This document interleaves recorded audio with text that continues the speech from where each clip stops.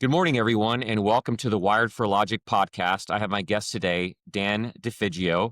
Dan is a health and wellness coach, and I'm going to have him share a little bit about what he does and what got him into the space. Hi, Wes. Thanks for asking me to come on your show.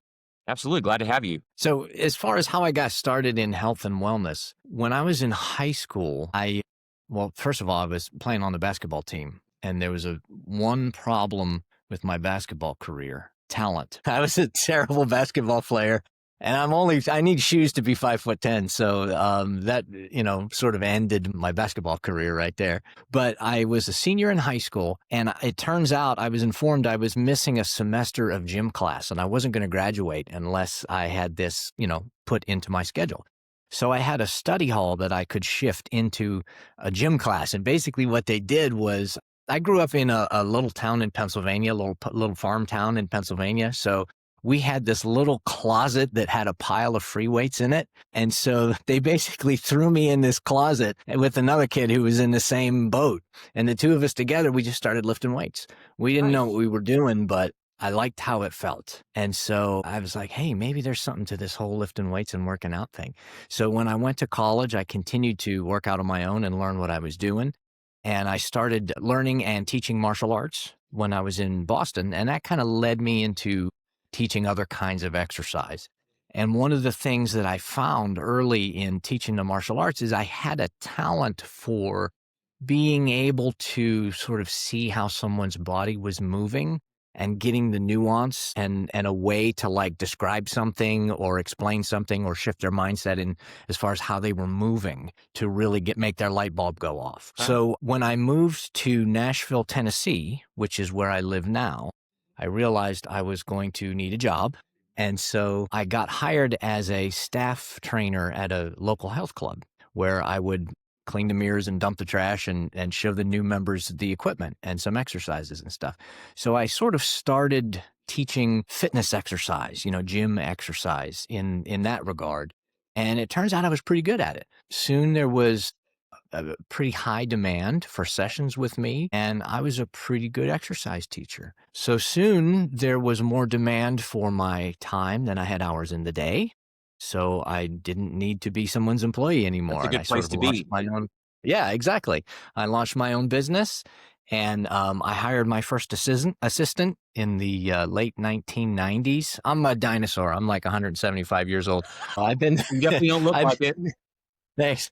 I've been in this industry since 1993, like before the internet was even a thing. So I've seen an awful lot of changes over the time, both in business structure and marketing, and also in the science of exercise and nutrition too. So I guess one of the reasons you asked me on the show is because I've got a long perspective on stuff like this. Yeah.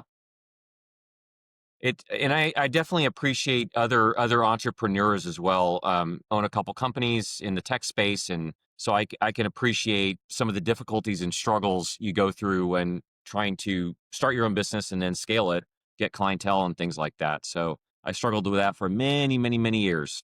So I'm 25 years into it and still trying to figure some things out. It's not an easy slam dunk. What other companies in addition to LogicWire are you working on right now? I have a tech company, SD Tech, that I've had for about 25 years. Kind of got into it originally. My dad was an architect, and he saw the trend towards computer-aided design. Back then, talk about being a dinosaur. I'm in my late 40s right now, so that kind of dates me. But technology was kind of up and coming when I was in middle school, and so I would watch him build computers, and then I had an interest in it. My dad was always very good, mechanically inclined, and he can definitely swing a hammer and do some remodeling.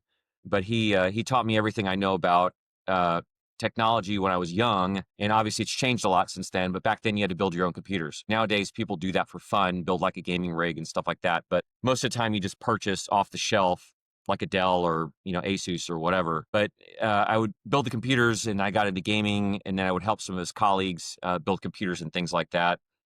Did that for a bit in middle school and high school. And then right out of high school, I started working at a company doing kind of like you started out, just doing very basic tech support stuff at it was a research facility here in San Antonio. Jumped from there to Caremark, which is it's owned by CVS now. They do pharmaceutical like mail order pharmaceutical refills and things like that. And then from there to IBM up in Austin, USAA. Then USAA had a hiring freeze, wasn't really that interested in being hired. So it was kind of at a crossroads. And I said, maybe it's time to make the jump and be an entrepreneur, be my own boss. And then that kind of took on a life of its own. And here we are 25 years later, for better or for worse. I'm sure you have some war stories in your days of entrepreneurialism. Yeah, I think over my 30 some years in this industry, there have been three sort of seismic shifts in how businesses run and how clients are acquired. The first one is pretty obvious. It was sort of like in the late 1990s, the internet actually became a thing. So instead of lead boxes and advertisements in magazines and local newspapers, Right. all of a sudden there was the World Wide Web and people were searching for things on the web. So I fortunately was an early adopter to the internet. My website, gettingfit.com, started in, I think, 97. So back then it was sort of like, if you had a website, that was new and weird and Yeah. wild. It's like, ooh, you have a website, you're this is advanced tech stuff. So I was an early adopter to the concept of SEO, search engine optimization, and I learned how that worked early on. It's completely different nowadays, and I'm lost. But early in the day, I learned how to make a website and make it something that people could find. You designed your first one? I did. Awesome. I still have some rudimentary HTML skills. Okay.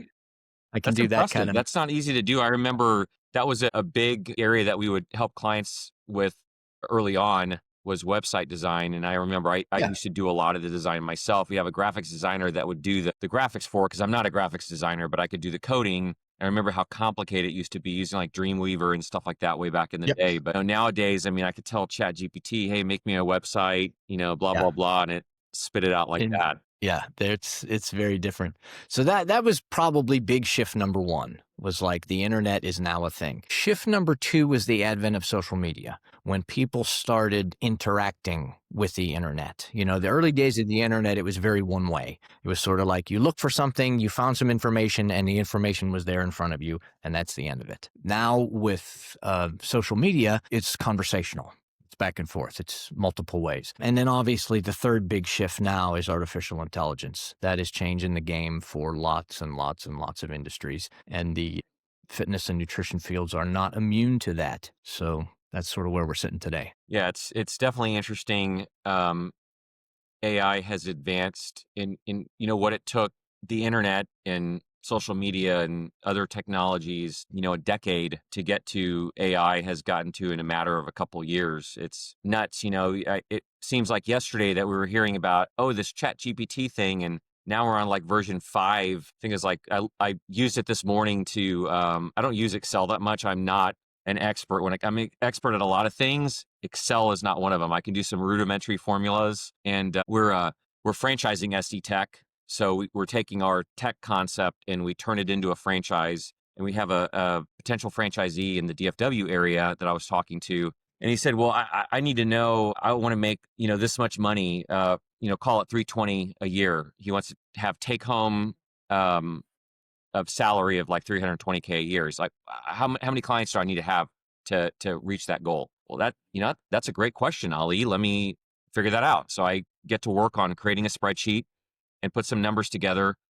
And then I was concerned before I sent it to him that he might accidentally bork up one of the formulas and clicking around in the fields and stuff. So I was like, I need to figure out how to protect the fields. I know there's a way to lock them, but I've never had to do that before because most of the spreadsheets I've ever done are for myself. I don't usually send spreadsheets out to people. So I used ChatGPT, jumped on there real quick, said, hey, and a big key with AI is I feel like you have to be at least moderately intelligent to use it, because a big part of it is how you prompt it, what you're asking it for. Because if you can't formulate what you need when you ask it a question, it's going to just give you nonsense back or something that's not helpful. So I basically told it, hey, I have this spreadsheet. I want to lock the fields with the formulas, and the rest of the fields can be editable. I said, oh yeah, super easy. Click here, here, here, and here. Gave me step by step. Took me all of about 3 seconds. Locked, unlocked, all that kind of nonsense. And then it was good to go. And I emailed it off to him. So yeah, AI in all different aspects. And even You were talking about SEO earlier. A lot of people are training AI to give local recommendations. So, for example, if you were going to get like a pool built or a deck or patio or something, instead of spending hours on social media looking for, patio and deck companies and pool companies and then reading reviews and going to the internet and Google and all that kind of stuff, trying to aggregate all this information together.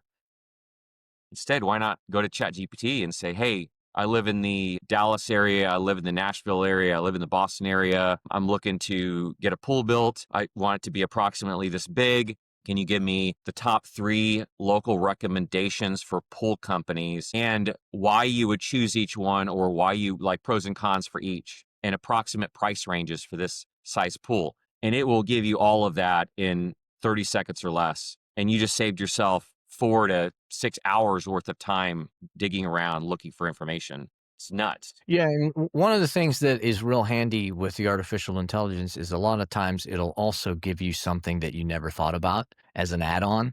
Like with Yes, the pool thing, it'll be like, oh, and by the way, if you are in Dallas, you're going to need this kind of special permit if you're in this neighborhood. And that might be something that never entered your mind until it was too late. that nuance is important for sure. For sure. Yeah, it can be helpful. Yep. So what if anything do you use AI for besides just asking it, questions or doing research and stuff like that? What are you using it for? Well, I do use it to curate research. I have found that it is very, very helpful for that because, we as providers like to stay on top of the most current things in rehabilitation and exercise science and nutrition science, especially because that's always changing a lot. And so, when Google Scholar came out, that was a very handy tool, but you still had to go through each individual study on your own. So it would Google Scholar it will, if for those of you who don't know what that is, it's basically a version of search that sticks to academic papers and Okay. research papers. Nice. And so Google Scholar, when you type in your search terms in Google Scholar, it'll show you all the published research on that given topic, which is great. So it really narrows down. It gives you a lot of things to look through, but you still had to go through each one of them individually. So that's a lot of reading. Yes. It's like going to the librarian and saying, hey, I need, for those of you who are listening to this, who are 20 years old, a librarian is a person who used to work in a place that had a lot of books Yes. that were available to the public. So it's like going to the librarian and saying, here's my topic. And the librarian fetches 20 books for you, which is great. And then she hands you this giant stack and you get to work on those. So that saves you time finding the books yourself, but you still have to read the books and go through the material. What artificial intelligence can do is basically read the books for you and give you summaries of that. Most of the time it's correct. So you still have to double check it because it still makes mistakes. But nowadays, if I want to find, for example, I got asked to do an article on osteoporosis prevention. Okay. And so I've done a lot of that over the years, but I wanted to check on some of the more current research over the last year that's been published.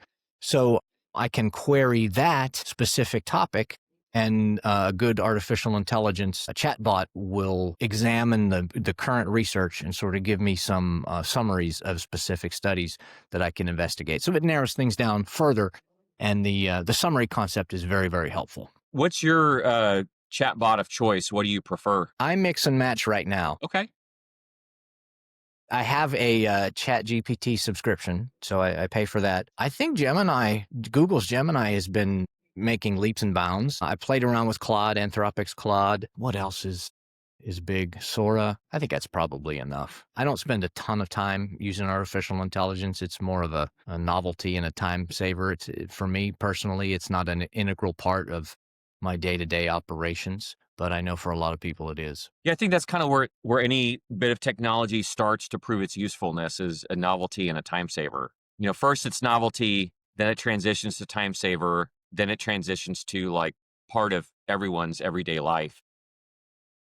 Yeah, like how did we live without this? Yes. Yes. How do we live without the internet? How do we live without computers? How do we live without any of that stuff? It's being in the technology space for the last, 25, 30 years has been very, very interesting. And a lot of it has been kind of slow growth and improvements in areas as new technologies come along, things like, voice over internet, VoIP, And nowadays that's commonplace. I mean, I don't even know if you can, with AT&T, I don't even know if you can order a landline phone anymore. I don't think Mm. they even do that.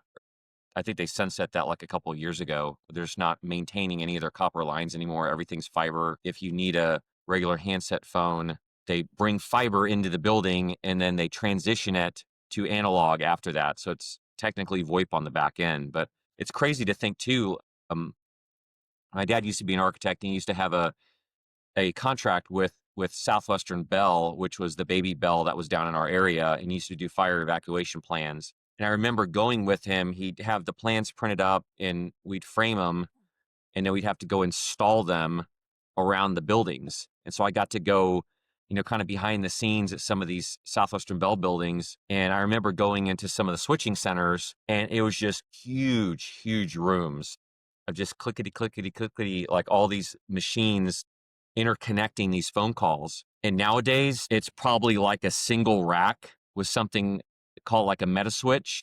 Metaswitch is a company that makes huge switching aggregators for phone systems. So we're talking like hundreds of thousands of calls a second. This single like 1U rack server does all of what like an entire room of switching equipment used to do back in the, mid to late 90s, early 2000s. So it's crazy. Technology has just advanced so much. In your particular space, what have you seen in terms of you mentioning new research material that comes out? What neat things have you seen, advancements in your particular space when it comes to technology and how it relates to the human body and nutrition? Well, I think since most of the people who are listening to this are business owners or want to be business owners, so I'm going to slant to that, if I may. I think one of the things that modern artificial intelligence has done is become a great equalizer for people. Even if you are brand new in a field and you have no experience and you don't know what you're doing, AI can write all of your content for you. It can make videos for you. It can give you marketing plans. It can build your website. It can get you out there. So basically, the people who have been around for decades are now sort of being put on similar footing as people who are brand new because AI has really given them a major leg up. Location seems to be a lot more important than sort of quality and body of work in a lot of cases. Unfortunately. Like what's close is just as important as what's better or what's been around for 30 years. So in some cases, it's pluses and minuses, I think. If you're brand new, getting a leg up like that can be fantastic and lucky you. If you're an old guy like me who's paid a lot of dues and done a lot of stuff to get to where he is, to see somebody who's new and doesn't know what they're doing get there really fast is kind of disappointing. Frustrating? So, yeah, a little bit frustrating. Yeah. So the differentiation is a lot more difficult, especially in, like I said before, I live in Nashville, Tennessee, and it is a booming place. There are literally 100 people a day moving into this place. There are twice as many people living here as there were just 10 years ago. Wow. So it's really, population-wise, has exploded. And as you might imagine, with a business like health and fitness and wellness, there are certainly a lot more opportunities, but there are also a lot more nobodies who are getting into the field. So basically anybody with an Instagram account and a six-pack is now a personal fitness trainer. Yes. See a Yeah. lot of those. You do see a lot of that. And, and in the customer's defense, they don't know, they don't know what makes a quality coach and what doesn't. So the differentiation aspect is a real challenge nowadays as a veteran business owner. That's difficult. But on the other side of that coin, when you are doing good work with people, good coaching is still good coaching. And over the years, how you deliver that might change. It used to be solely one-on-one coaching, like personal training, face-to-face. Nowadays, doing that in group, doing it online with streaming delivery or online virtual coaching sessions is an option for people. There are a lot of ways to deliver the product of coaching someone to become their best self, but the concept of helping them do that is the same. That is one of the things that doesn't change. So good coaching is still good coaching regardless of what it looks like to deliver Sure. it. And speaking of business owners and entrepreneurs and whatnot, I know one thing I struggled with for a long time, and it's probably a combination of the stress and everything else that comes along with owning a business, but weight loss. When you're a business owner, you're stressed probably 4 times as much as the average person is, and you work longer hours and all that kind of stuff. So over the years, my age has caught up to me, and my probably mediocre eating habits in combination with the stress has finally overpowered my metabolism, and I started to really pack on pounds over the last probably 5 or so years. Even though I was going to the gym 3 times a week, because that's all I could really make time for. I have other obligations the other evenings of the week. But what things do you find successful with people that have that higher stress level, that are entrepreneurs or business owners or C-level executives that maybe have to be a little more cognizant? It's not as easy for them to lose weight. It's not as easy for them to eat right. Those kind of things. What are your approaches to that, or what are some suggestions you can give some of our listeners? Yeah, that is a magnificent question, Wes. Thank you for that. The primary thing, and if you're taking notes, write this down or type this down. Okay. The primary thing when it comes to weight loss is you absolutely positively have to learn how to be proactive instead of reactive when it comes to your nutrition. A little bit of effort in planning and foresight and intentionality is absolutely crucial, because if you are allowing yourself to fall victim to just grabbing whatever is handy, or falling victim to stress eating and emotional eating every time you get upset or have a hard day, you're never going to be able to treat your body the way it deserves to be treated. So you've got to be able to get the seesaw of reactive eating and proactive eating in your favor. That is the absolute number one thing that has to be done. But it's so much easier just to stress eat and grab the nearest thing. Well, that is an option if that's what you want to do, but there are consequences to everything we do. Yes. And as you're the perfect example, Wes. You had packed on a bunch of pounds, and then in the last few years, you have cleaned up your eating and done exactly what I was talking about with being more proactive and purposeful instead of reactive. And now look, you're 80 pounds lighter. Yep. And you look like you're 35, not 45 or 49 or whatever you said you are. I So way to appreciate go, that. man. I get that from time to time. I think I get the genes from my mom. My mom looks very young for her age. I think she's in her late 60s right now, and she looks like she's in her late 50s. So it's good genes. My sister, she's 36 or something like that, and she looks like she's in her late 20s. So yeah, really, really thankful for that. And having the weight come off, I've noticed huge improvement in energy levels and my ability to play with my kids. I'm divorced from the little one's mom, but I go visit them during the week and have them every other weekend. So it's incredibly important to me to maximize that time that I do have with them. And one of their favorite things to do is we go to a little, like a jump place, like a trampoline place, and I'll go chase them around in the.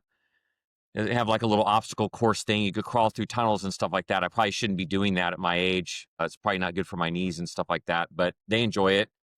And it's a lot easier for me to do that now that I'm much lighter than I was before. So that's important to me. So all kinds of things. It's better for your health, better for, interacting with kids and family, and just life in general. Well, yeah, and it's so important to really keep focused on what is important to you and why you want to make these physical improvements and lifestyle improvements. And what you just said, Wes, is a great example.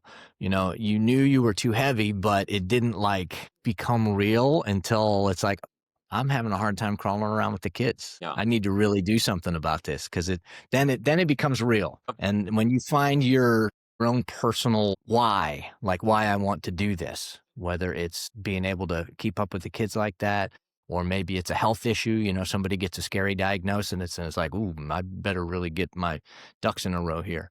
Or, I work with a lot of seniors personally. And so being able to stay functional and stay in their own home instead of having to go to assisted living is a huge piece of where their mindset is. So everybody has their own things that are important to them as far as motivation. And I'm really glad you found yours. It sounds like you're doing great. Yeah, I appreciate that. And I know that is important for seniors to be able to live independently as long as possible. I Speaking of seniors and being healthy and things like that, it's interesting. We have a little neighborhood Italian restaurant right up the street from my office that we go to quite frequently, and there's a guy there that plays saxophone, and his name's Johnny Smooth Sax. You got to say the whole thing. You can't just say Johnny or Johnny Sax. It's got to be Johnny Smooth Sax. But I remember the first time I met this guy, I shook his hand. I was like, man, this guy has a really firm handshake. And he kind of flexed his arms a little bit, and I was like, you feel those guns, Johnny? I was like, man, you got some good muscles there. You work out or what? And he's like, yeah, blah blah blah. And probably it's been a couple years since I first met him, but probably about a year ago or so, he was talking about how he was thankful to be celebrating his 75th birthday. I was like, 75th birthday? Are you kidding me right now? And he's like, no, I'm dead serious. He doesn't look older than like late 50s, early 60s, maybe. And this guy's got bigger arms than I do, and he's 75. I'm like, how is this real? How frequently do you see that somebody's in such good shape and at 75? I mean, he's moving around. He obviously works outside on it. He has, I think, a little bit of land. He gardens and things like that all the time. And I'm sure he works out. There's no way he has biceps like that and doesn't work out. How often do you see that? Yeah, I think in the 70s is when people's bodies really start to show whether they've been taking care of themselves or not. Because there are people in their 70s who are old, and by that age, Right. they're frail, they're weak, their health is not good, and there are people like Johnny Smoothsacks that you just described who are still vibrant and strong and kicking it all the Yeah. time.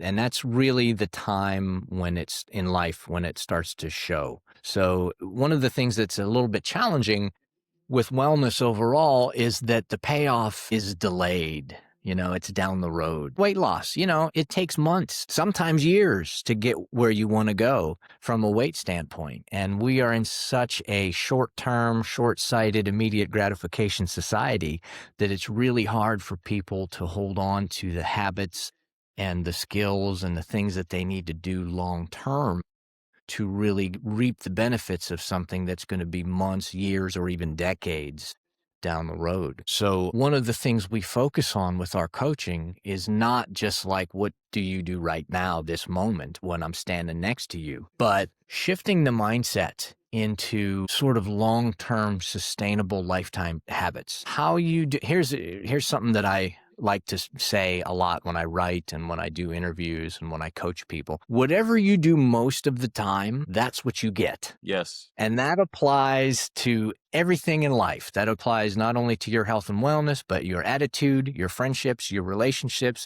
your work ethic and your job. Like anything you can imagine is basically a result of what you do usually, what you do most of the time. We all have one-off days or periods, bumps in the road in our life where things are worse versus better. But if you take, it's kind of like the stock market, if you take it in chunks of time, long-term view, whatever you usually do, that's what you get. And so if you don't like what you're getting, you have to change what you usually do. You have to change what is normal for you. And that is the aspect of coaching that is really life-changing. So what you said, you work with a lot of older people. What are they typically retired, or what's their current status? Yeah, I mean, that's just me personally. I've got a small staff. I have a small business. And so from a business standpoint, we deal with a lot of different kinds of people because my staff is pretty diverse and talented. So we can help a lot of different kinds of people. But my own personal day-to-day practice really has evolved into helping a lot of seniors because I do a lot of orthopedic rehab and corrective exercise. So I work with post-injury people, folks who have some physical problems or challenges, aches and pains, just there's more complicated stuff as we get older with Right. our body, our machinery. So I tend to do a lot of that in my own day-to-day practice. So I lost sight of your question as far as No, you're good. I was what just their curious life is. in general what type of clientele you were working with. I didn't realize you had several other staff members. I didn't know how big your practice was. How big is your practice? Like, how many clients do you have? How many staff members? What did that I have book look about like? I have about 10 coaches on Okay. the payroll right now, and our business model is a little bit different.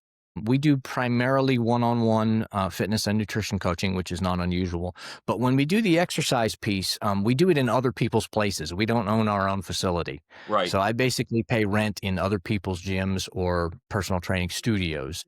So we can focus on 100% on our clients. I don't want to fool with owning a facility and have to worry about the air conditioners broken and the treadmill not right. And, I'm more of a people person. And Yep. so that's what we're focusing on. And it's very unusual from a business standpoint, but it's worked well for 30 some years. So I don't see a reason to change it. I I go to Anytime Fitness, and so I used to have a coach that would meet me over there because I needed a little extra motivation to make sure I was getting to the gym, and you're much more committed when somebody else is expecting you to be there as well, and it's not just, oh well, if I show up today, great, and if not, whatever. So I did that for a while, but I mean, I've been consistently going for at least 3 days a week for several years, but I wasn't seeing an overall change in weight loss. So I came down a little bit, but not really. Could feel I was stronger, but wasn't seeing that movement on the scale. And so finally, over this last, I don't know, year or so, finally seen a drop, and it's felt good. What in your clientele? You said you've been in the business for a while. What's the longest client you've ever had, and then what's your greatest success story that you've ever had? So as a company, I don't want to sound like I'm bragging here, but we've got a ridiculous retention rate because That's awesome. we do things really well. So we've got people who have been with us for over 20 years, literally, as clients.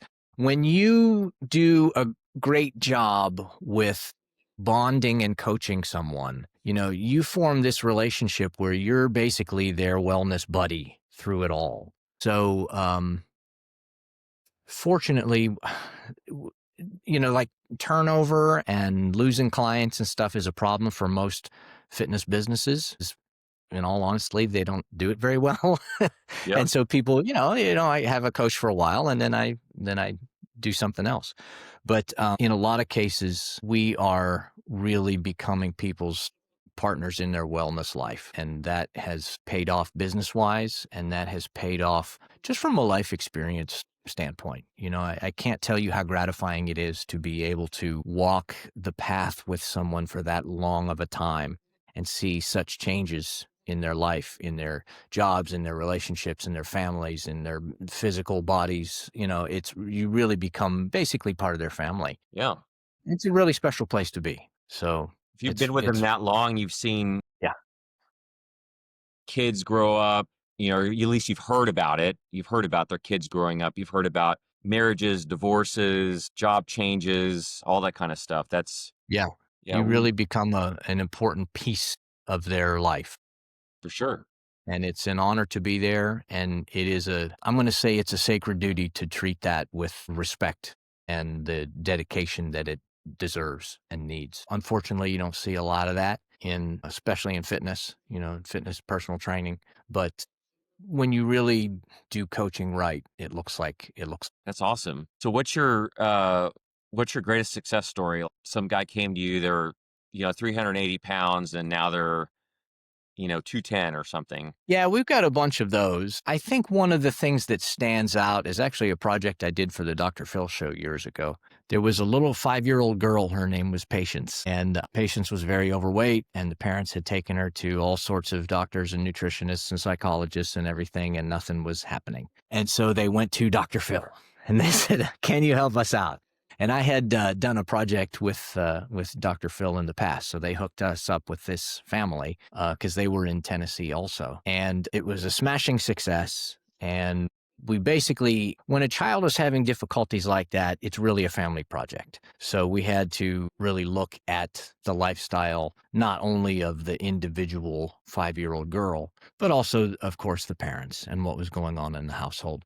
So we worked with them for over a year, and things worked out great. And, it was a big happy thing a year later on the TV show and everything. And that was a memorable thing, I think, just because she was so young, and being able to make an impact and change the course of somebody's life that early in the game Yep. is pretty special. Because working with so many seniors personally, like if someone comes to me with a lot of back problems and posture problems and osteoporosis and things like that and they're 80, it's like, damn, I wish I would have got you 10 or 15 years ago.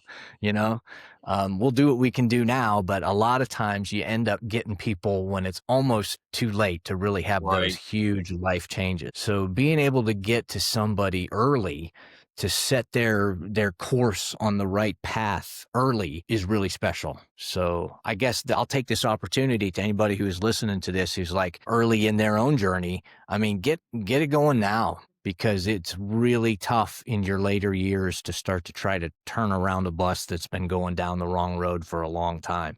So do it now. You'll be glad you did. You'll thank me later. Yeah, you said Dr. Phil, like the Dr. Phil on TV? Okay. Do you interact with him often, or? No, I did 2 projects. The first one never aired because the person that we were working with went to rehab and then she went to jail. So that didn't work out well. Yeah.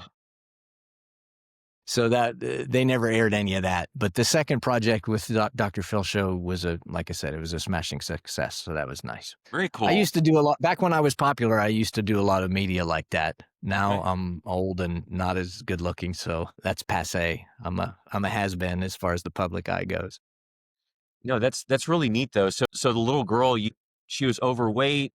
What did it end up being? Just like poor eating habits, or the family wasn't? Yeah. I mean, it was a combination of all the usual stuff. Most people who struggle with weight loss are, and I don't want to be unkind when I say this, but I hear a lot, people are like, I've tried everything. And I think to myself, no, you have not. I think a lot of people are doing their best, so props to that. And I understand how frustrating it is to be trying, and just spinning your wheels and not getting anywhere. And most people are either putting their focus on the wrong thing or they are trying to go about it in a way that is like all or nothing. Like Right. their eating is a disaster, their lifestyle is a disaster, and they can't stand it anymore. And then they swing totally to the other side of the pendulum and they try to get everything right all at once. It's like, okay, I'm going to quit eating all sugar and I'm going to get up and I'm going to go jogging 5 days a week and I'm going to go to the gym and I'm going to do this, I'm going to do that. And it's like you got 10 or 12 complete turnaround lifestyle changes, and nobody can sustain that. You know, we see it every New Year's resolution, and it's like, yay for wanting to make some changes, but that's not how you go about it. So you can't do everything at once. And one of the things we try to do as coaches is figure out what is going to move the needle the most. What 1 or 2 things can we do to improve the situation that's going to move the needle the most, and let's focus on doing that one thing or those 2 things so that becomes like habitual and normal. And once you got that under your belt, we can look at improving something else. But you got to do it in baby steps like that, because the all or nothing thing will kick your ass every time. Yep. I can imagine it's hard to establish new habits, and then sustain those for extended periods of time, much less multiple new habits or major changes in your life. It's interesting. Yeah, you've got to change 1 or 2 things that you're doing, and you have to change how you're thinking about it too. So that's Right. really what we do.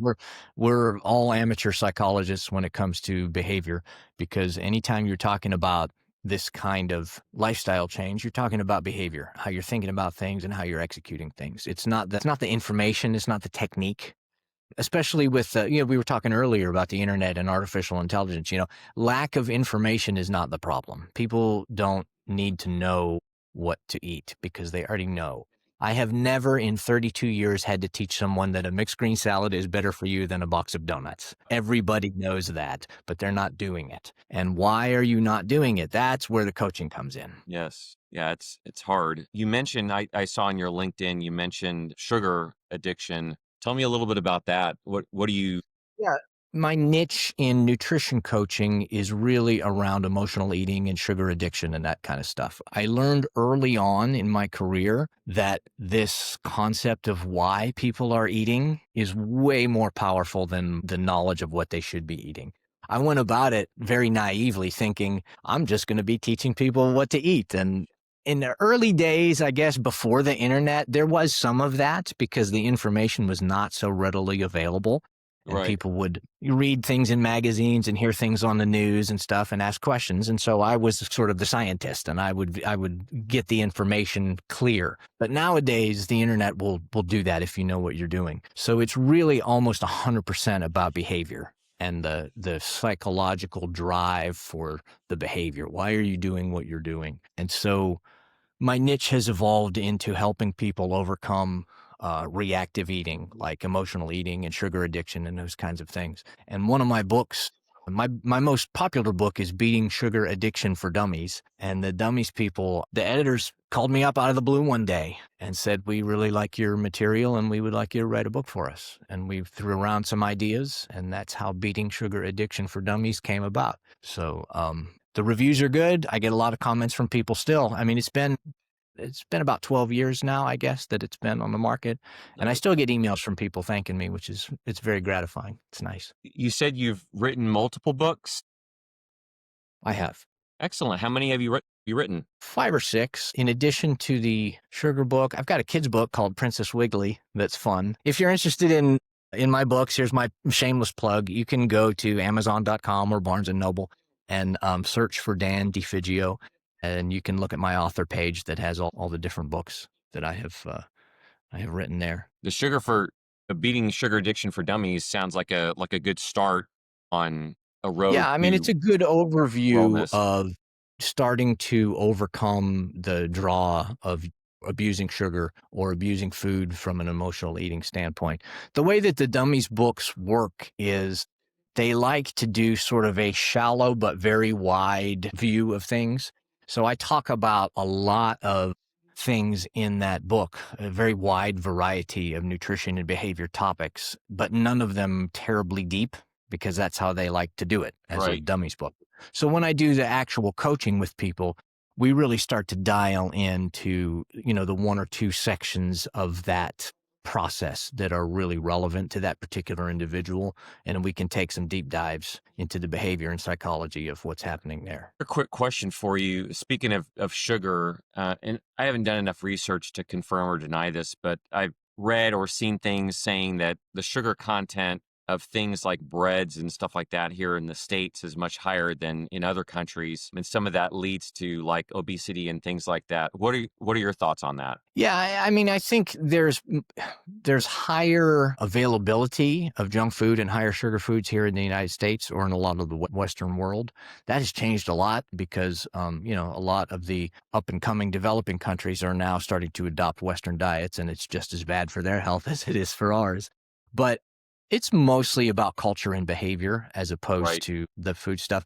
Well, to kind of wrap things up as a bookend, can you share a little bit about what technologies you use in your business across the board, like business technologies, maybe marketing technologies, things like that? And then what of that? I know you mentioned earlier you use AI for a lot of like high level research on studies that are put out and things like that to give you like a synopsis. And you can kind of aggregate some of that information together. But share a little bit about some of the other technologies that you guys use and how you use AI in other ways besides that. Yeah, I think I'm probably going to be pretty disappointing to you and the listeners when it comes to that, since I'm a pretty old school fella.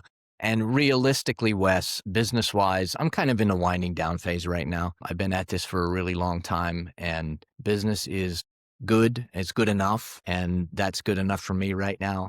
I don't think I have another stretch of like growth and go get them and high energy, try to tackle some new things at this stage in my life and my career. I feel like I've pretty much done what I'm going to do, and the plane is flying well, and I just got to make sure it doesn't crash, as opposed to trying to reach new heights. But to answer your question about how we are using technology, I think having AI search, GEO, generative answers for Hmm. search, is changing a little bit how we are putting material out.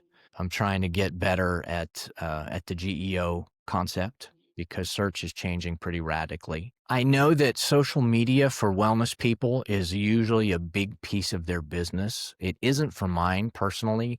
I'm not telling you not to do it because a lot of people do really well with it. I just don't. I don't like it. I don't enjoy it. I don't spend time and effort on it. And when I have, it hasn't worked out well for us, probably because I don't like it and I'm no good at it. Yep. So, I think that new technology can make your social media better because pretty much everybody can now have their own TV show. Yep. That's true. And that's a really easy way to reach a lot of people if you can get a way to, catch the algorithms to reach a lot of people. Guess that's always the key. Yep. And the algorithms work well on both sides. My son was using my TikTok account for a bit and somehow got it banned, so I can't even log into TikTok. And I guess it's a permanent ban. Instagram, though, I know their algorithms really, really good because it feeds me the bulk of what I respond to. Health and wellness videos, lots of car videos, cat videos, dog videos, things like that, and technology stuff. It's very interesting to see how it it's really good at training. And then when you go to search, before you even search anything, everything that it suggests underneath your search is like spot on to what you've already been looking at or into. So it's very good at dialing that in for each person's. Yeah, it's definitely an area where, especially in the health and wellness space, how they can create their TV show, if you will, their following online and do little tidbits. I get a bunch of those in my feed about, do this stretch and do that stretch. And I spent a lot of time sitting. I was standing before we got on the call, but I didn't want to stand for an hour or so. I figured, okay, I was standing earlier. I'll sit for a little bit. But I think that's important too. And talk about like long term for your health is to not be sitting all the time. I spent too much of my life sitting, and now I've got hip flexor issues from sitting too much. You kind of shorten those muscles from sitting for extended periods of time. Well, I happen to know a guy who can teach you some hip flexor stretches, no problem. Okay. Maybe you can introduce me to him. Yeah, I'll introduce you to him. He's a really smart guy. I think you'll like him. I have been, speaking of trying to build good habits, I did find a quick 7-minute video that's got a bunch of different stretches for your hips and things like that. And I went ahead and implemented that. So every day that I'm at the gym, it's the first thing I do when I start, last thing I do when I end.